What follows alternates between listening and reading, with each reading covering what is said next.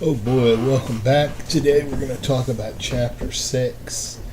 How exciting. We're moving ahead into the talking about cognitive development. We're also going to mention school. Here we are. We're already to the point where kids are going to school in human development. So, the thing to remember is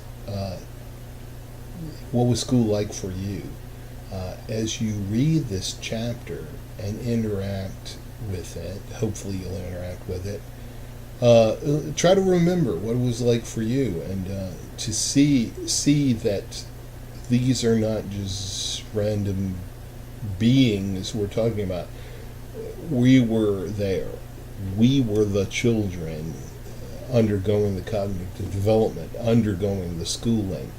And for that reason, maybe thinking about that kind of stuff will help you to remember it or understand or comprehend it better. Anyway, with cognitive development, we're going to start with the stage. We have already talked about sensory motor, the sensory motor stage. We've already talked about pre-operational thinking. So now we get to concrete operational. So remember, operation, a mental operation, is taking the world and putting it here and moving it around. So if we're talking about, say, your vehicle in the parking lot or in the driveway, you're going to be able to think about it, hear it, see it, smell it, feel the engine turn over when you turn the key. In here, in your mind, that's the mental operation. The ability to mentally operate allows us to go to school, where you're sitting in this small box called a room with people who are generally like you somewhat.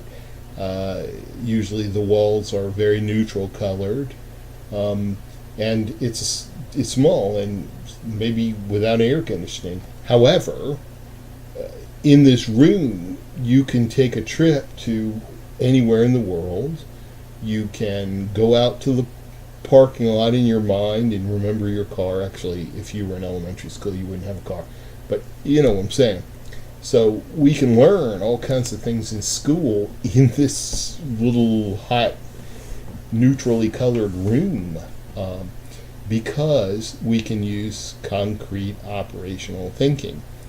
One thing that this chapter points out as we're making the connection with school is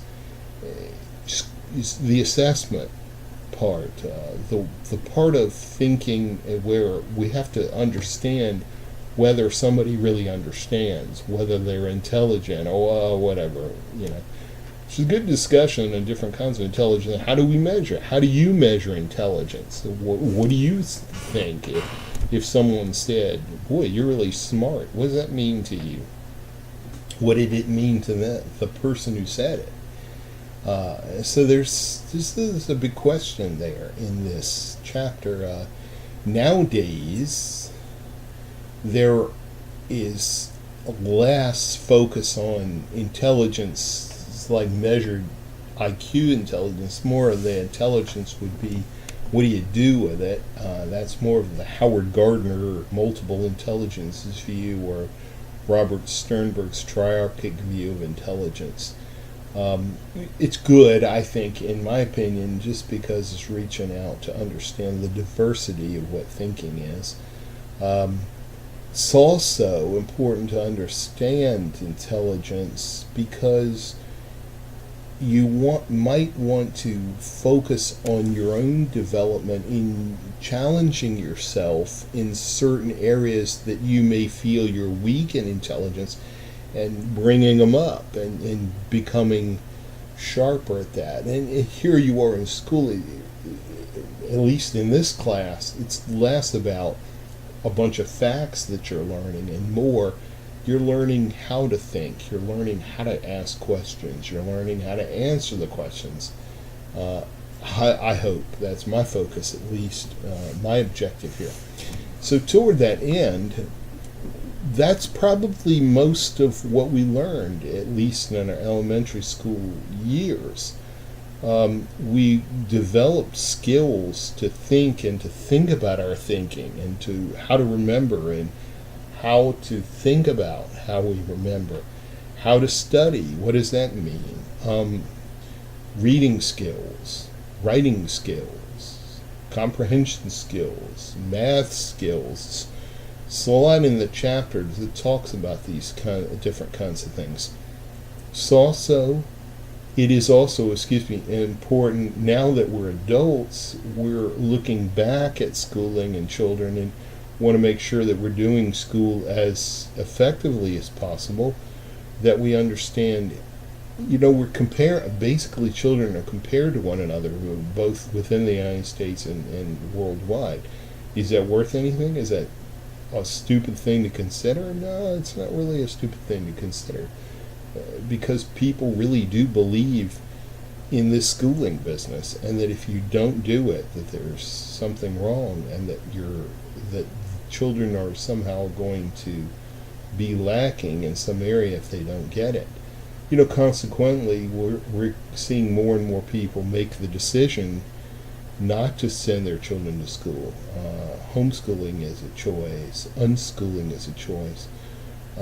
If we're really to believe Piaget when he says that we learn from our interactions with the world, do you really need to be sitting in a hot box with neutrally colored walls in order to grow and develop? Certainly when you talk about reading, what is it that promotes reading? Well, I tell you, people who read a lot, adults, are people who read what they want. And we'll find that most children, when they're forced to read certain books, they develop a habit that they hate reading. Okay, one more point that I think is important in this chapter is to understand physical development in these middle childhood years, early childhood and middle childhood years. Physical development, we're going to continue to develop those physical skills, movement and all.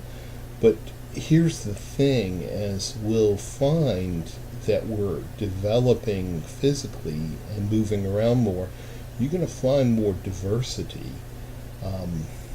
Where, you kind of might expect most 2-year-olds to be able to run or climb or whatever.